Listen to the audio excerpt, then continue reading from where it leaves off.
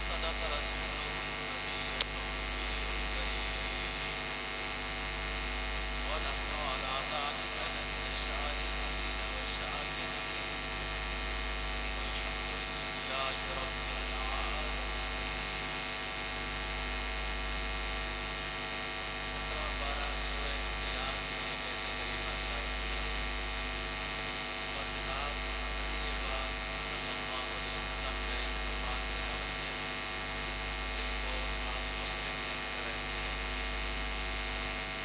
بیت کریمہ کا مفہوم یہ ہے کہ رب العزت نبی پاک صلی اللہ علیہ وسلم کو خطاب کر کے فرما رہے ہیں کہ اے نبی ہم نے آپ کو تمام عالم کے لیے تمام جہانوں کے لیے تمام لوگوں اور جنوں سب کے لیے رحمت بنا کر بھیجا ہے. جناب نبی پاک صلی اللہ علیہ وسلم کے فرمان ہے کہ تم میں سے کوئی شخص اس وقت تک ایمان والا نہیں ہو سکتا جب تک کہ میں اس کو سب سے زیادہ محبوب نہ ہوں. اس کی جان سے، اس کے والدین سے، اس کے بچوں سے اور تمام لوگوں سے سب سے زیادہ جب تک میں محبوب نہ ہوں اس بندے کا جب تک وہ ایمان والا نہیں ہو سکتا. یعنی اگر نبی پاک صلی اللہ علیہ وسلم سے کامل محبت نہیں ہے تو اس کا مطلب یہ نہیں ہے کہ تھوڑا سا ایمان ہے اور تھوڑا سا ایمان بھی نہیں ہے. ایسا نہیں ہے. یعنی بالکل ایمان ہے. لا ایمان والا کوئی شخص اس وقت تک ایمان والا نہیں ہو سکتا جب تک کہ میں اس کا سب سے زیادہ محبوب نہ بنوں. اس کی جان سے، اس کے مال سے، اس کی اولاد سے، اس کے والدین سے، اس کے اور جتنے ساتھی تمام سے سب سے زیادہ میں بعض جگہوں میں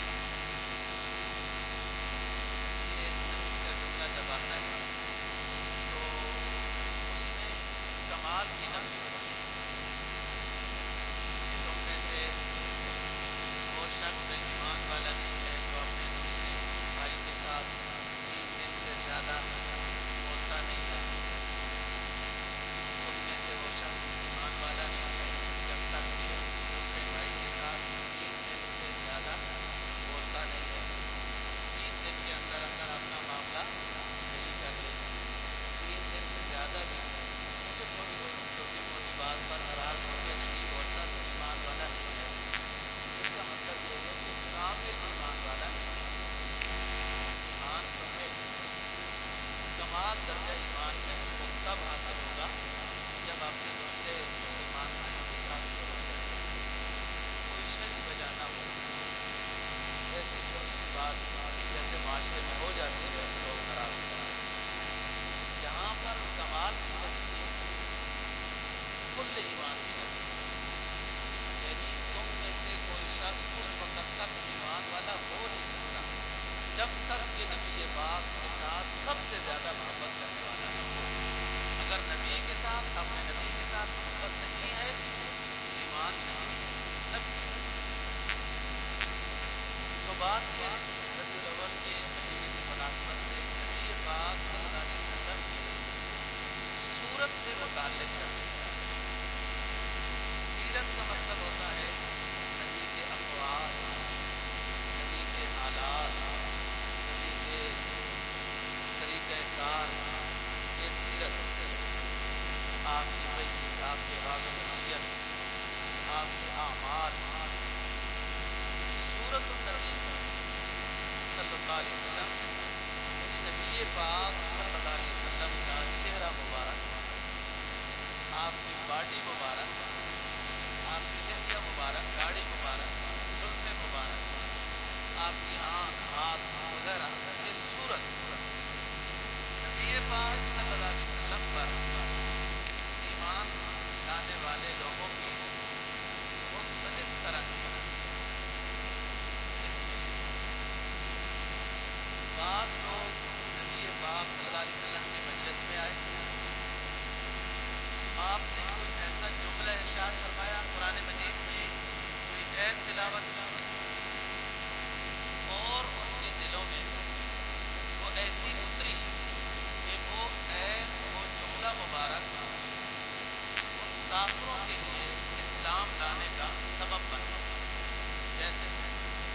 اللہ یأمر بالعدل والاحسان وایتاء ذی القربی وینہی عن الفحشاء والمنکر والبغی یعظکم لعلکم تذکرون. بڑی جامع معنی قرآن کی ہے جو میں کہ ہر خطبے میں شروع زمانے سے ہی پڑھی جا رہی ہے. اقسم بن سیفی ایک شخص ہوتے ہیں، یہ اپنے علاقے کے سردار بھی ہیں. نبی پاک صلی اللہ علیہ وسلم کی نبوت کی بات پہنچی کیونکہ مکہ ام القریٰ ہے، قریوں کا مرکز، دیہاتوں کا مرکز. وہاں مارکیٹ بھی تھی، بیت اللہ شریف بھی ہے، تو لوگ آتے تھے، زیارت بھی بیت اللہ کی کرتے، اپنی خریداری بھی کر لیتے. اس لیے خبر مکہ کی بہت جلدی ارد گرد پہنچ جاتی تھی، پھیل جاتی تھی. اقسم بن سیفی نے چاہا کہ میں خود ملوں.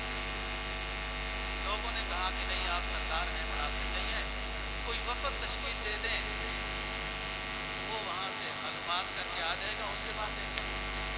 کہا چلو ٹھیک ہے. ساتھی آئے، نبی پاک صلی اللہ علیہ وسلم سے ملاقات ہوئی، باتیں سنی. ایک عید ان کو یاد ہو گئی، واپس گئے. ان کے سردار اقسم بن سیفی نے پوچھا ہاں بھائی ملاقات کیسی رہی؟ حضرت بڑے مبارک شخص ہے، ایسا شخص ہم نے کبھی دیکھا نہیں. اس کی گفتگو ایسی، جب بولتا ہے ایسے لگتا ہے کہ موتی بکھیر رہا ہے، خوشبو تقسیم ہو رہی ہے، ایسا اس کا ہے. کہا اس نے کوئی باز و نصیحت کی ہے؟ وہ کیا کہتا ہے؟ کہا وہ کہتا ہے میں اللہ کا آخری نبی ہوں، میرے اوپر وحی آتی ہے، قرآن اترتا ہے، اللہ کی طرف سے کتاب نازل ہو رہی ہے، لوگوں کے عقیدہ اعمال ان چیزوں کی درستگی کے لیے اس میں پیغامات اترتے ہیں میرے اوپر. اقسم نے پوچھا تم نے کوئی اس سے قرآن کی آیت سنی جو وہ کہتے ہیں کہ میرے اوپر وحی آتی ہے؟ تو آپ لوگوں نے کوئی آیت سنی ہے، کوئی یاد ہے؟ ایک بندے نے کہا جی مجھے ایک یاد ہے. اس نے یہ آیت پڑھی، ان اللہ یأمر بالعدل والاحسان، کہ اللہ تعالیٰ حکم دیتا ہے تم کو انصاف کرنے کا، احسان کرنے کا، یتیموں کا، مسکینوں کا، غریبوں کا خیال کرنے کا، اور تمہیں اللہ منع کرتا ہے چھوٹے گندے کاموں سے، بڑے گندے کاموں سے اللہ تمہیں منع کرتا ہے، نصیحت کرتا ہے. یہ ہے اس کا مفہوم ہے. وہ تو عرب تھے، ان کو اتنے مفہوم کی ضرورت بھی نہیں تھی. اس بندے نے ان اللہ یأمر بالعدل والاحسان وایتاء ذی القربی وینہی عن الفحشاء والمنکر والبغی یعظکم لعلکم تذکرون. یہ عید اپنے سردار کو سنائی، اقسم بن سیفی نے سنی. اسی وقت اس شخص نے یہ کہا کہ یہ کتنا عظیم کلام ہے، اور میں تو اس شخص پر ایمان کا اعلان کرتا ہوں، آپ لوگوں کی مرضی ہے. پورا قبیلہ مسلمان ہوا. اس سردار نے یہ عید سنی تو بعض دفعہ کچھ جملہ سننے کی وجہ سے مسلمان ہوئے، بعض دفعہ آپ کے کردار سے، برتاؤ سے، لین دین سے لوگ متاثر ہوئے. اور جس میں سب سے بڑی بات کہ حضرت خدیجہ رضی اللہ تعالیٰ عنہ نے جو آپ کی طرف نکاح کا پیغام بھیجا یا اس سے پہلے کاروبار کیا، وہ آپ کے اخلاق سے ہی، امانت و دیانت سے متاثر ہوئی تھی.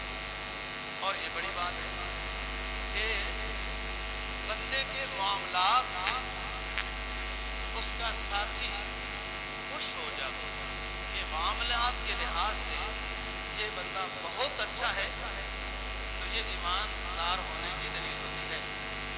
ویسے لوگ تو اچھے ہوتے ہیں، لیکن ذرا سا موقع ملے دھوکہ دینے کا، ساتھی کو دھوکہ دے دیتے ہیں، لین دین میں گڑبڑ کر دیتے ہیں، وعدہ خلافی کر دیتے ہیں، امانت میں خیانت کر دیتے ہیں، جھوٹ بول دیتے ہیں کہ ہمارے پاس ابھی پیسے نہیں ہیں.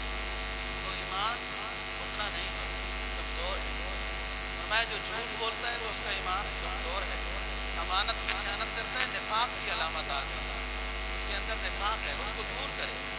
اسی طریقے سے لین دین کی بات ہے، اس میں بھی امانت دیانت دونوں کا دخل ہے. لا ایمان لمن لا امانت له، لا دین لمن لا امانت له، مختلف احادیث ہیں. جس میں دینداری، امانت دیانت وغیرہ میں جتنی کمی ہوگی، اس میں اتنا نفاق ہے. حدیث حدیث میں آتا ہے اسے چاہیے کہ اپنی امانت دیانت گفتگو کو ٹھیک کرے اور اپنے اندر سے نفاق کو دور کرے. تو امانت دیانت سے متاثر ہوئی اور کاروبار بھی غلام میسر کے ذریعے سے کیا. اس نے بھی آ کے اچھی بات بتائی کہ میں تو عجیب راستے میں منظر دیکھے ہیں, اس شخص کی تو ہر چیز عزت کرتی ہے, خطا کے بادل بھی اس پر سائے کرتے ہیں, آپ تو ابھی نبی نہیں بنے تھے. تو پھر اس عورت نے متاثر ہو کے نکاح کا پیغام دیا, جو آپ کا نکاح ہوا اور سب سے اول خاتون ہے خدیجہ کبریٰ رضی اللہ تعالیٰ عنہ. حضرت عمر فاروق رضی اللہ تعالیٰ عنہ کے سامنے اگر کوئی شخص کسی کی تعریف کرتا ہوتا تھا تو آپ فرماتے تھے آپ نے اس کے ساتھ سفر کیا ہے, آپ کا پڑوسی ہے, آپ کا اس کے ساتھ لین دین کوئی قرضہ معاملہ کچھ ہوا ہے؟ کہا نہیں حضرت یہ تینوں معاملوں میں سے تو کوئی نہیں ہوا, لیکن بندہ بہت اچھا ہے. کہا نہیں, بندہ اس دن پتہ چلے گا جب اس کے ساتھ لین دین کرو گے, سفر اس کے ساتھ کرو گے یا آپ کا پڑوسی ہوگا. تو اچھے اخلاق سے متاثر ہو کر لوگ مسلمان ہوتے ہیں. اسی طریقے سے نبی پاک صلی اللہ علیہ وسلم صرف ذات اقدس صورت مبارک کو دیکھ کر متاثر ہوئے, کوئی بات کوئی بات و نصیحت کوئی چیز نہیں سنی اور اسلام کا اعلان کیا. انسان کا چہرہ, انسان کی صورت, وہ انسان کے اندرونی نظام کا ترجمان ہوتا ہے. جو شخص جتنا نیک ہوتا ہے, اچھی نیت رکھتا ہے دوسروں کے بارے میں, خیر پہنچانے کی فکر کرتا ہے, بے شک خیر نہیں پہنچا سکتا, غریب ہے جو بھی بات ہے, لیکن دوسرے کی خیر سوچتا ہے, نیت اچھی ہے, اپنا ایمان عقیدہ اچھا ہے, معاملات اچھے ہیں, اس کا چہرہ خود بتائے گا. جب اس کو دیکھیں گے نا آپ کا دل چاہے گا اس کو دیکھیں, یا اس کے پاس بیٹھیں گے اور اس کی ابھی کوئی گفتگو بھی نہیں سنی, لیکن آپ کا دل چاہے گا بیٹھا رہو, یہ بندہ مجھے اچھا لگ رہا ہے. تو بات یہ ہے کہ یہ کیوں اچھا لگ رہا ہوگا. اب تو جناب ایسے ایسے میک اپ کی چیزیں آ گئی ہیں کہ بندہ کالا گورا فراق ہو جاتا ہے. وہ تو پہلے کریمے پاؤڈر میک اپ ہوتا تھا, آپ کو انجیکشن ایسا لگتا ہے کہ بندہ گورا ہو جاتا ہے. لیکن دنیا کو خاص اتنا پیار بھی نہیں کر رہی ہوتی اور ان کا حشر بھی آخر میں کچھ اور ہی ہوتا ہے. ساری دنیا میں زمانے میں فنکاریاں کر کر کے بے دینی اور مذاقیں اور یوں اس طریقے سے رقص اور گانے اور ناچ کرتے رہتے ہیں. یہ خلاف دین معاملہ ہے, خلاف دین ہے. تو اور آخری حالت اس کی کیا ہو جاتی ہے. تو بات یہ ہے یہ بناوٹی حسن نہیں, اندر کا نظام جب انسان کا بہت صاف ستھرا ہوتا ہے تو چہرے پر اس کے حقیقی حسن آتا ہے, بے شک رنگ سانولا ہی کیوں نہ ہو. قیدیانیوں کے خلاف ایک بہت بڑا مناظرہ تھا, لمبی بات ہو جائے گی. اس میں بہت سے علماء ان کے خلاف ایک جگہ میں پہنچے اور یہ سہارنپور کی بات ہے, سائڈوں میں لوگ ہندو بھی وہ چھتوں کے اوپر کھڑے ہو کے علماء کوئی اونٹ پر کوئی گھوڑوں پر سوار تھے, اور اس میں انور شاہ کشمیری رحمہ اللہ تعالیٰ زہری انتہا سے بہت گورے تھے, بعض تو یو پی سی پی کے لوگ سانولے سے ہی ہوتے ہیں. تو جب لوگوں نے دیکھا علماء کو تو وہیں سے ہندوؤں نے نعرہ لگا دیا کہ یار یہ چہرے جھوٹے نہیں ہو سکتے, یہ سچے چہرے. اندر کی صفائی انسان کے چہرے کے اوپر آتی ہے اور بڑا وہ چہرہ دل ربا ہوتا ہے, اچھا لگتا ہے. ایک عام نیک بندے کی بات کر رہا ہوں نا جی. پھر آپ ایک چلے انبیاء علیہ السلام, امام الانبیاء صلی اللہ علیہ وسلم, نبی پاک صلی اللہ علیہ وسلم مدینہ طیبہ میں تشریف لاتے ہیں. مشہوری ہو جاتی ہے, مشہوری پہلے بھی ہو چکی تھی, 3 مرتبہ تو مدینہ والے آپ سے بیعت لے کے آ چکے تھے. ایک مفتی اعظم یہودیوں کے مدینہ طیبہ میں رہتے تھے اور بڑے مشہور اور بڑے عالم تھے یہودیوں کے. یہودیوں کے دو بڑے قبیلے، چھوٹے چھوٹے قبیلے اور بھی تھے، بنو قریظہ اور بنو نذیر، یہ یہودیوں کے بڑے قبیلے تھے جو مدینہ طیبہ میں رہتے تھے، اور بھی تھے بنو قینقاع وغیرہ وغیرہ، لیکن یہ بڑے قبیلے قبیلے اوس اور خزرج، یہ بھی مدینہ کے مقیم لوگ ہیں، لیکن یہ عرب ہیں، یہ یمن سے مدینہ میں آ کے آباد ہوئے تھے، اوس اور خزرج۔ بنو قریظہ اور بنو نذیر یہ روم سے ادھر آ کے آباد ہوئے، کوئی شام سے آئے، یہ یہودی ہے۔ یہ مفتی اعظم یہودیوں کے عبداللہ بن سلام، اور یہ بڑے مشہور عالم یہودیوں کے، یہودی ان سے بڑے متاثر اور اپنے مذہب کے لحاظ سے ایک کامل اور قابل ترین شخص تھے عبداللہ بن سلام رضی اللہ عنہ۔ چنانچہ نبی پاک صلی اللہ علیہ وسلم مدینہ طیبہ میں تشریف لائے، وفد در وفد، وفد در وفد ملنے آ رہے تھے، یہ بھی آ گئے، اور بہت سارے سوالات جو ہے وہ جمع کر کے لائے تھے، اہل عالم تھے، تو اس لحاظ سے اپنی کتابوں میں جو آخری نبی صلی اللہ علیہ وسلم کی بشارتیں پڑھی تھیں، اس لحاظ سے وہ سوالات، بعض نے 70 سوال لکھے لے کے آئے، آپ تشریف فرما تھے اور آ کے بیٹھے، ایک سوال کرنے کی بھی ہمت نہیں ہوئی، بعد میں تکلفی ہوئی، وہ تو پھر اسلامی سوالات ہوتے رہے، اور نعرہ لگایا، میں واللہ ھذا الوجہ لیس بوجہ کذاب، اشہد ان لا الہ الا اللہ واشہد انک محمد رسول اللہ، اللہ کی قسم واللہ ھذا الوجہ لیس بوجہ کذاب، اللہ کی عظمت کی قسم یہ چہرہ کسی جھوٹے شخص کا چہرہ نہیں ہو سکتا۔ ساری باتوں کو پسے پش ڈال کر سب سے پہلے عبداللہ اعلان کرتا ہے، اشہد اللہ الہ الا اللہ و اشہد انک محمد رسول اللہ، اللہ کے علاوہ کوئی معبود نہیں، اور اے محمد خطاب کر کے کہا، اے محمد آپ اللہ کے رسول ہیں اور میں ایمان کرتا ہوں۔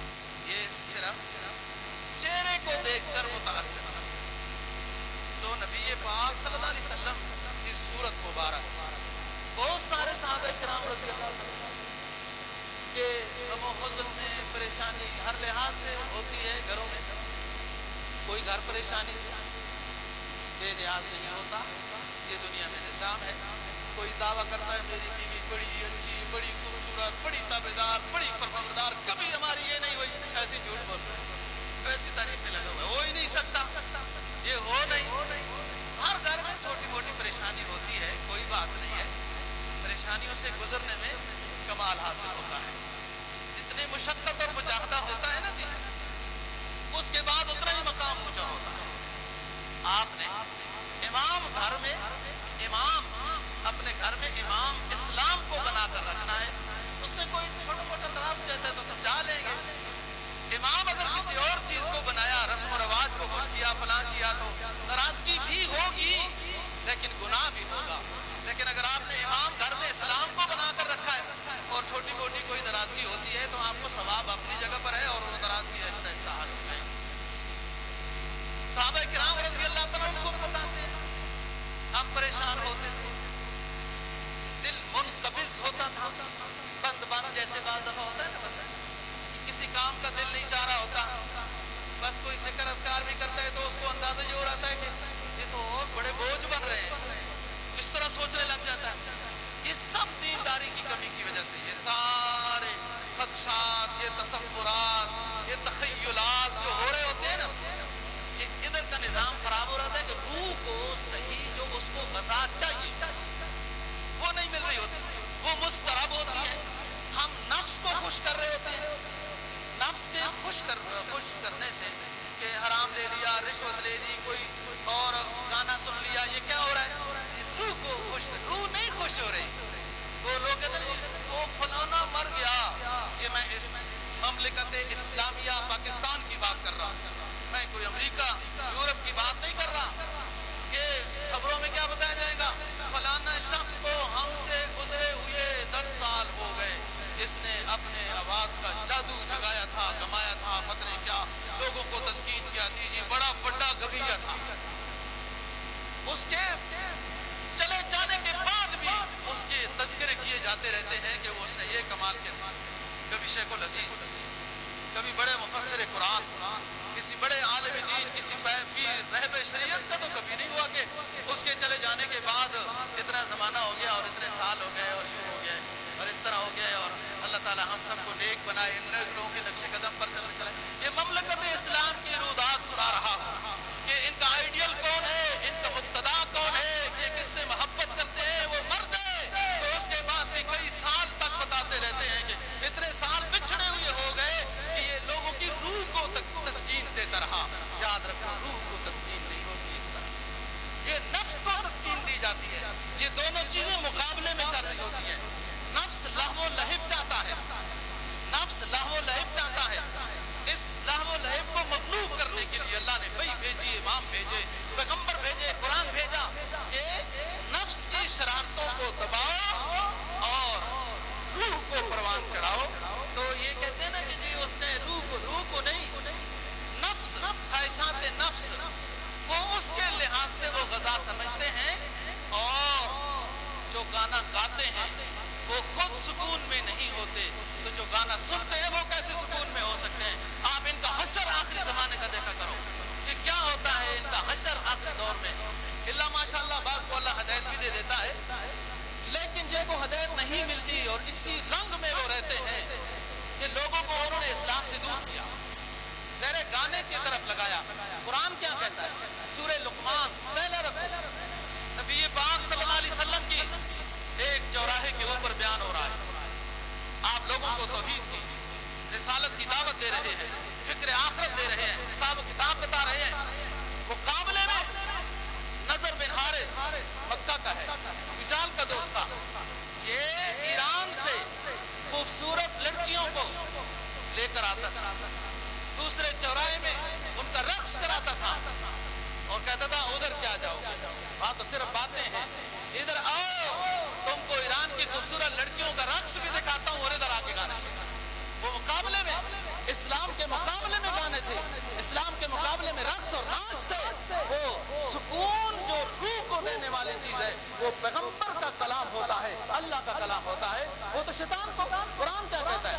فرمایا وَمِنَ النَّاسِ مَن يَشْتَرِي لَهْوَ الْحَدِيثِ لِيُضِلَّ عَن سَبِيلِ اللَّهِ وَمِنَ النَّاسِ مَن يَشْتَرِي لَهْوَ الْحَدِيثِ لِيُضِلَّ عَن سَبِيلِ اللَّهِ۔ کون ہے مسلمانوں تم اس کو جانتے ہو جو مکہ کے چوراہے پر ہمارے نبی امام الانبیاء کے مقابلے میں ایران سے رقص کرنے والی فنکاروں کو، گانا گانے والیوں کو مقابلے میں نچاتا تھا؟ لہو الحدیث لیضل عن سبیل اللہ، اس لیے وہ اتنا خرچہ کیا کرتا تھا کہ لوگ محمد کے ماننے والے نہ بنے، رقص گانے میں لگ جائیں۔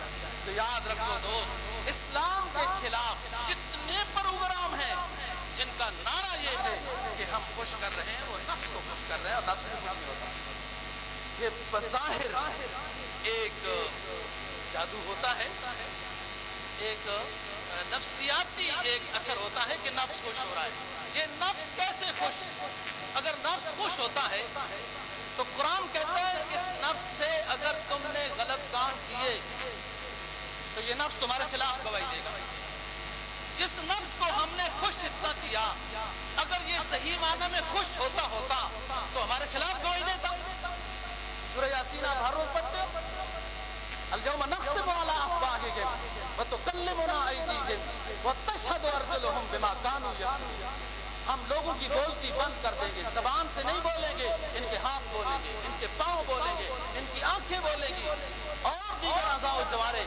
اگر اس کے اچھے کام کیے تو حق میں، برے کام کیے تو خلاف۔ جس نفس کو خوش کیا جا رہا ہے وہ خوش حقیقت میں وہ بھی نہیں، وہ اس کا ہے۔ یہ اس نے بنایا ہے. جب وہ اس سے گواہی لے گا سچی سچی گواہی لے گا. تو بات یہ ہے انسان کا نفس بھی صحیح ہو جائے, اندرونی نظام بھی درست ہو جائے, سکون نصیب ہو جائے. اس سکون کے لیے دنیا میں جب سے بنی اب تک سوائے اللہ کے تعلیمات کے اور کوئی نظام ایسا نہیں, کوئی تعلیم ایسی نہیں, کوئی ہنر ایسا نہیں, کوئی پروگرام ایسا نہیں جو انسان کو خوش کر سکے, راحت دے سکے, سکون دے سکے. مجھے تو نہیں آتا ان کے نام. جو ابھی ایک پتہ نہیں وہ فنکار کی کون تھی جو امریکہ کی مسلمان ہوئی ہے, عجیب سا نام ہے اس کو کہا گیا دوپٹہ اتارو, یوں کرو کرو, مسلمان ہو گئی. اس نے کہا واہ,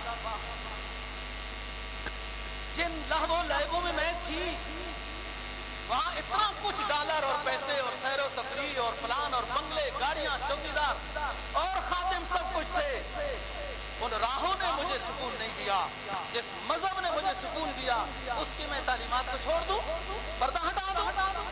اسلام میں سکون ہے کیونکہ روح ہمیشہ مضطرب رہے. جب تک اس کو اس کی مناسب غذا نہ دی جائے, اور اس کی مناسب غذا وہ غذا ہے جو انبیاء علیہ السلام اور اب امام الانبیاء صلی اللہ علیہ وسلم تعلیم پر چلنے کا نام ہے. روح کی غذا اور یہ خوش ہوگی اور اطمینان آ جائے گا. طبیعت میں, گھر میں, ماحول میں, کاروبار میں, دفتر میں, ساتھیوں میں, اپنے بیوی بچوں میں ایک سکون آ جائے گا. وہ اثر میں آپ کی اس نیکی کا اثر ادھر جائے گا. اور پھر یہ محسوس کرے گا جب وہی کو امام بنائے گا, اللہ رسول کی تعلیم کو امام بنائے گا, اپنے قلب میں سکون پائے گا. اور یہ اصل سکون ہے جو حاصل ہوتا ہے. کیسا سکون ہے اسلام کا کہ انگاروں پر لٹایا, انگارے خود بجھ گئے, اوپر سلے رکھی بڑے بڑے چٹانوں کی, خود ہٹا لی ہے. لیکن اسلام کا جس کو سکون ملا تھا اس کے زبان مبارک سے تو اللہ اکبر اللہ احد کی آواز لگتی رہی. یہ اتنا سکون ہوتا ہے اسلام کا. لوگوں نے کہیں کو آگوں میں جلایا, کہیں کیا ہوا, اسلام سے نہیں پھرے کہ روح کو اصل سکون حاصل تھا. تو میں بات کر رہا ہوں نبی پاک صلی اللہ علیہ وسلم کی صورت کہ صحابہ کرام رضی اللہ تعالیٰ عنہ کام کاج کرتے تھے, اطراف میں کھیتی باڑی بھی تھی وغیرہ, اور دل منقبض ہو جاتا تھا بند جیسا. تو اس کا علاج کیا کرتے تھے؟ نبی پاک صلی اللہ علیہ وسلم کی زیارت مبارک آ کے چپ کر کے بیٹھ جاتے, بس زیارت ہو گئی. اور بعض دفعہ ابھی وہ پورے دل مطلب ہے ابھی پورا خوش نہیں ہوا, کچھ کمی محسوس کرتے تھے, تو رات کو مسجد نبوی میں ہی بیٹھے رہتے تھے کہ ہم لیٹ آئے ہیں, آج زیارت تھوڑی کم ہوئی ہے, تو رات ادھر ہی رہتے, صبح کی دیدار کر کے زیارت کر کے پھر واپس جائیں. حضرت جابر بن سمرہ رضی اللہ تعالیٰ عنہ کہتے ہیں میں رسول پاک صلی اللہ علیہ وسلم کے ساتھ ایک سفر میں تھا. جب آپ آرام فرماتے تھے تو صحابہ کرام رضی اللہ تعالیٰ عنہ آپ کے ساتھ ہوتے تھے تاکہ کسی قسم کا کوئی مسئلہ نہ ہو. یہ تو حضرت ابو طالب جیسے لوگوں نے بھی کیا کام کیے. کہتے ہیں رات اس دن 14ویں تھی, جابر بن سمرہ رضی اللہ تعالیٰ عنہ, اور میں جاگ رہا تھا. نبی پاک صلی اللہ علیہ وسلم آرام فرما, آپ کی عادت مبارک تھی جب کروٹ بدلتے ہیں سبحان اللہ الحمدللہ ما اعظم اللہ ما احسن کا, اس طرح کے آپ جملے بولتے ہیں. آپ سوتے وقت تو آپ نے سنت کے مطابق سونا ہے, درمیان نیند کے حالت بدل جائے تو کوئی حرج نہیں, ثواب وہی ہے جو آپ سنت کے مطابق سوئیں. حضرت جابر کہتے ہیں میں رسول پاک صلی اللہ علیہ وسلم کو دیکھتا تھا, اور 14ویں کا چاند تھا, میں ان کو بھی دیکھتا تھا, لیکن 14ویں کے چاند میں وہ تابانی نظر نہیں آئی جو سرکار دو جہاں صلی اللہ علیہ وسلم کے چہرے انور پر. اور یہ حفاظت کے طور پر بیٹھے رہتے تھے. جب شیب ابی طالب میں آپ کو معصور کیا گیا تو حضرت ابو طالب آپ کا رات کو کئی مرتبہ بستر اور جگہ بدلتے تھے دشمن اگر حملہ کرے تو اس کی معلومات میں یہ ہے کہ نبی پاک صلی اللہ علیہ وسلم اس جگہ میں آرام کر رہے ہیں، تو اس کا جب حملہ ہو تو ادھر ہم سوئے ہوں تو کوئی بات نہیں، لیکن اللہ کا نبی محفوظ ہو جائے۔ وہ جگہ بدلتے رہتے تھے کہ دشمن اگر حملہ کرے تو اسے اس کا حملہ ضائع چلا جائے۔ اور پھر کہتے کیا تھے، بڑا قصیدہ ہے حضرت ابو طالب کا نبی پاک صلی اللہ علیہ وسلم کی شان میں، فرمایا یستسقى الغمام بوجهه ابيض يستسقى الغمام بوجهه زمال اليتامى وعصمة للأرامل۔ میں اپنے بھتیجے کا اس لیے خیال کرتا ہوں، میرے بھتیجے کو اللہ نے ظاہری حسن و جمال اتنا عطا کیا کہ بادل بھی، آسمانی کائنات بھی، چاند ستارے بھی میرے بھتیجے سے حسن کا بھیگ مانگتے ہیں۔ ابیض یستسقى الغمام بوجهه، شاعر کا تاثر دیکھیے، جب بادل برسنا چاہتے ہیں تو میرے بھتیجے کے چہرے انور سے اجازت طلب کرتے ہیں، پھر سخاوت کرنے لگ جاتے ہیں بارش کی بوندوں کو برساتے ہوئے۔ زمال الیتامی وعصمة للأرامل، ظاہری حسن تو اتنا ہے کہ آسمان میں مخلوق چمکتے ہوئے ستارے بھی میرے بھتیجے کے حسن سے بھیک مانگتے ہوئے نظر آتے ہیں۔ اور اخلاقی کردار، روحانی کردار، آپ کے عادت مبارک اور اخلاق اتنے عظیم ہیں۔ زمال الیتامی وعصمة للأرامل، یہ یتیموں کا خیال کرنے والا ہے، بے سہاروں کا سہارا بننے والا ہے، یہ ہر طرح کی بیوہ عورتوں کا ماوا ملجا بننے والا ہے۔ یہ میرا بھتیجا اتنا عظیم ہے، اتنا عظیم ہے، اس کی خمیر میں یہ بات داخل ہے کہ بیوہ کا خیال کرنا ہے۔ اپنی 25 سالہ جوانی میں، رعنائی کے زمانے میں، حسن کے جس وقت کے امام تھے اس زمانے میں، گرم خون کی گردش کے دورانیے میں، اتنے اونچے شباب کے زمانے میں میرا بھتیجا ایک 40 سال بیوہ عورت سے شادی کر رہا ہے۔ زمال الیتامی وعصمة للأرامل، ظاہری حسن اتنا ہے کہ اللہ نے پوری کائنات کو حسن دیا میرے بھتیجے سے حسن لے کر، اور اخلاق اتنے ہیں، ان کا کردار اتنا عظیم ہے کہ ہر وقت انسانیت کی خدمت کی سوچ رکھتے ہیں۔ بیوہ کا، یتیموں کا، آپ فرمایا کرتے تھے کہ یتیموں کا خیال میری شریعت میں ہے، اور کچھ اس لیے بھی ہے کہ میں خود یتیم ہوں نا، یتیمی کا زمانہ گزارا ہے۔ جس نے یتیمی کا زمانہ گزارا ہو تو پھر اسے زیادہ اندازہ ہوتا ہے۔ وہ جو بھوک کا زمانہ گزار کے آگے پہنچا ہو نا جی، تو اس کو بھوک والوں کا خیال ہوتا ہے، اور جس نے بھوک دیکھی نہ ہو وہ کیا سمجھتا ہے کہ لوگوں کا کیا مہنگائی کیا چیز ہوتی ہے، کیا چیز، ان کو سبزی بھی ہدیہ میں آ جاتی ہے۔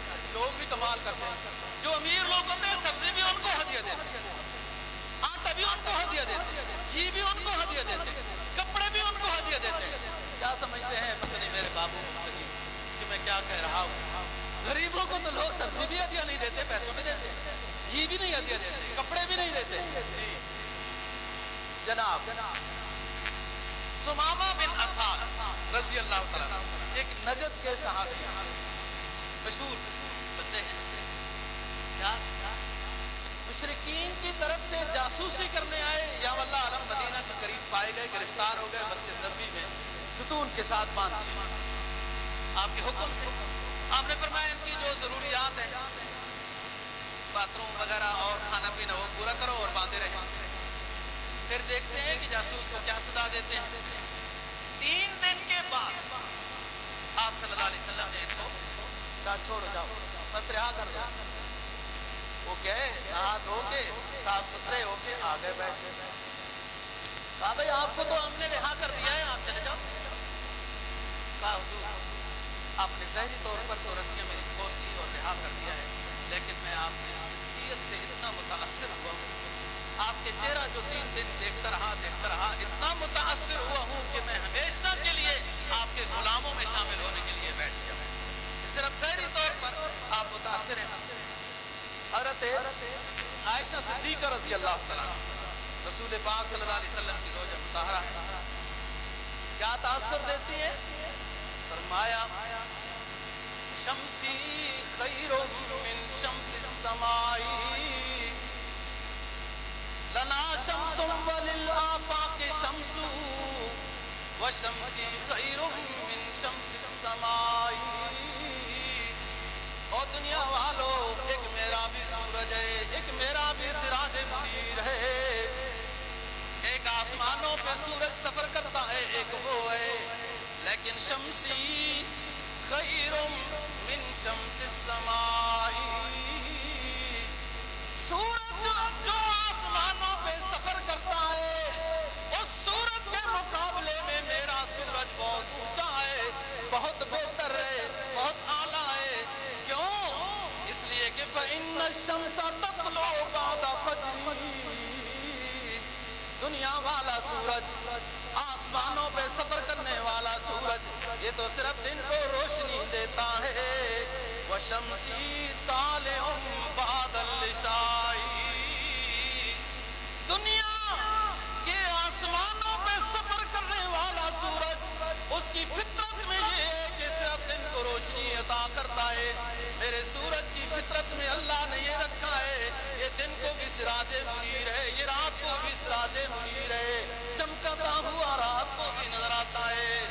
تو شمسی خیروں اور معجزات میں بڑی بڑی باتیں آپ کی لکھی ہیں کہ سوئی گم گئی حضرت عائشہ صدیقہ رضی اللہ تعالیٰ عنہ، تو نبی پاک صلی اللہ علیہ وسلم تشریف لائے، آپ کی چمک سے، ظاہری چمک، یہ صورت نبی صلی اللہ علیہ وسلم ہے۔